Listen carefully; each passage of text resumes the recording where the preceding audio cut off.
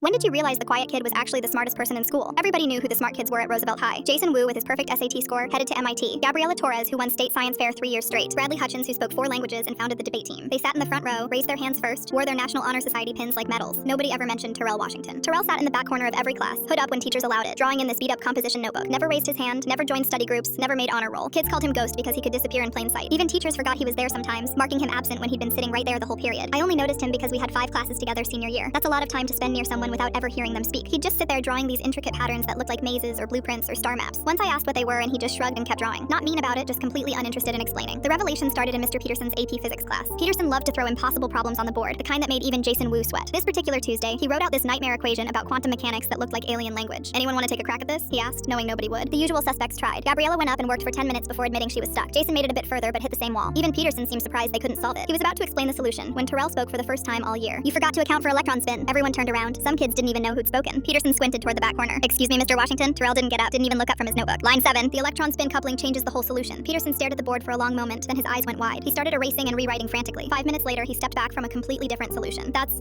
absolutely correct. After that, I started paying attention. Really paying attention. Terrell never took notes, but somehow knew everything. In AP Lit, while everyone struggled through Finnegan's Wake, he was reading what looked like advanced mathematics textbooks hidden inside his desk. In calculus, he finished tests in 10 minutes, then went back to his drawings. The real shock came during the academic decathlon. Our school's team was good, but not great. We'd placed 3rd in regionals for 5 years straight. This year, 2 days before the competition, Jason Wu got appendicitis. Our coach, Mrs. Brennan, was freaking out. We needed 5 people to compete, and our alternate had transferred schools. I don't know what possessed me to suggest Terrell. Maybe because I'd seen him solve that physics problem. Maybe just desperation. Mrs. Brennan looked at me like I'd suggested recruiting my dog. The young man who never participates, who has a C average, but we were desperate, and she agreed to ask him. Terrell said yes, which shocked everyone. He showed up to our single practice session, sat in his usual corner, and barely looked at the study materials. Bradley kept making snide comments about carrying dead weight. Gabriela tried to be nice, but you could tell she thought we were doomed. Competition day arrived, and Terrell showed up in the same hoodie he always wore. Other schools had matching blazers and ties. We looked like we'd grabbed someone off the street. First event was mathematics. Terrell scored perfect. Not near perfect. Perfect. Nobody from our school had ever scored perfect in mathematics. Science was next. Perfect again. Then literature, history, economics. Perfect, perfect, perfect. By lunch, coaches from other schools were asking who this kid was. Our own coach looked like she'd seen a miracle. Terrell just sat there eating his sandwich, drawing in his notebook like it was any other day. The interview portion should have been his weakness. You had to speak to judges, present yourself professionally, all the things Terrell never did. He walked in wearing that same hoodie, hands in his pockets. We thought it was over. 10 minutes later, he came out and the judges followed him. One judge, this professor from the state university, was practically begging Terrell to apply to their honors program. We won regionals by the largest margin in the competition's history. Terrell scored higher individually than some entire teams. At the awards ceremony, when they called his name for the MVP trophy, he walked up, took it, said thanks, and walked back. No speech, no smile, nothing. The next day at school, Terrell was back in his corner drawing in his notebook. Jason Wu, out of the hospital and full of wounded pride, confronted him at lunch. Why do you hide it? You could have any scholarship, any school. Why pretend to be nobody? Terrell looked up, really looked at him, and said something I'll never forget. You perform intelligence like it's a show. I just am intelligent. I don't need anyone's validation, their prizes, their approval. I know what I know. That's enough. He went back to drawing. Not later I found out those weren't just patterns in his notebook. He'd been designing a new type of quantum computer architecture. MIT professors would eventually call it revolutionary. But that day, he was just Terrell in the corner, invisible by choice. Probably the smartest person any of us would ever meet.